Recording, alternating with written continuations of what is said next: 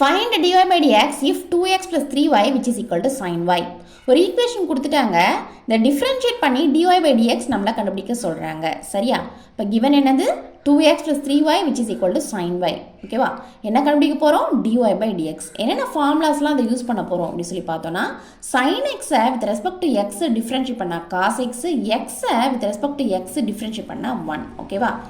2x plus 3y which is equal to sin y. இதை நம்ம கொடுத்துருக்க ஈக்குவேஷன். ஓகேவா? இப்போ என்ன பண்ண போகிறோம்? வித் ரெஸ்பெக்ட் டு எக்ஸ் இந்த ஈக்குவேஷனை டிஃப்ரென்ஷியேட் பண்ண போகிறோம். இப்போ 2xஐ டிஃப்ரென்ஷியேட் பண்ண போகிறோம். எப்படி பண்ணலாம்? 2xும் மல்டிப்ளைல இருக்குது. சரியா? எக்ஸோட கோஎஃபிஷியன்ட் 2. ஸோ அப்படி இருந்தால் இந்த 2வை டிஸ்டர்ப் பண்ணாமல் அப்படியே எடுத்து எழுதிக்கோங்க. இங்கே 2 வந்து கான்ஸ்டன்ட்னு நினச்சிட்டு இதை வந்து டிஃப்ரென்ஷியேட் பண்ணால் 0 வரும். ஸோ இந்த ஃபுல் டேர்மும் 0 அப்படின்னு நினச்சிடக்கூடாது. சரியா? ஸோ 2வை அப்படியே டிஸ்டர்ப் பண்ணாமல் எடுத்து எழுதியாச்சு. தென் எக்ஸை டிஃப்ரென்ஷியேட் பண்ணுறோம். எக்ஸை டிஃப்ரென்ஷியேட் பண்ணால் என்ன வரும்? 1 வரும் இல்லையா? ஸோ இன்ட்டு 1 ப்ளஸ் இங்கேயும் பாருங்கள் 3yன்னு இருக்குது. அதாவது எக்ஸுக்கு பதிலாக y இருக்குது. ஓகேவா?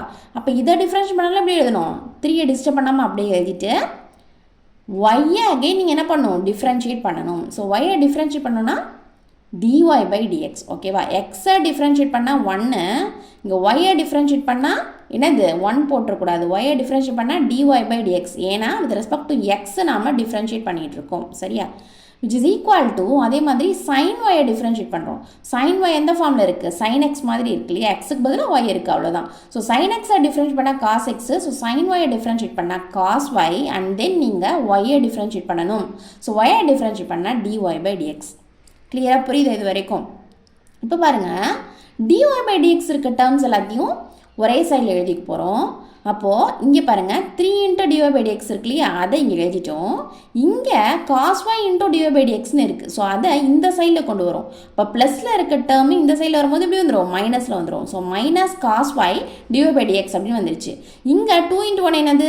2 இல்லையா? ப்ளஸ் 2. ஸோ அந்த ப்ளஸ் 2 இந்த சைடில் வரும்பொழுது மைனஸ் 2வாக வந்துடும். ஈக்குவல்ட்டுக்கு இந்த சைடில் கொண்டு வரும்பொழுது மைனஸ் 2வாக வந்துடும். ஓகேவா? இப்போ பாருங்கள், இது ஒரு டேர்ம் இது ஒரு டேர்ம், ரெண்டு டேர்ம்லேயுமே dy by dx இருக்குது. ஸோ காமனாக எடுத்து வெளியில் எழுத போகிறோம். ஸோ dy by dx வெளியில் எடுத்துட்டோம் அப்படின்னா ப்ராக்கெட் ஓப்பன் பண்ணிக்கோங்க.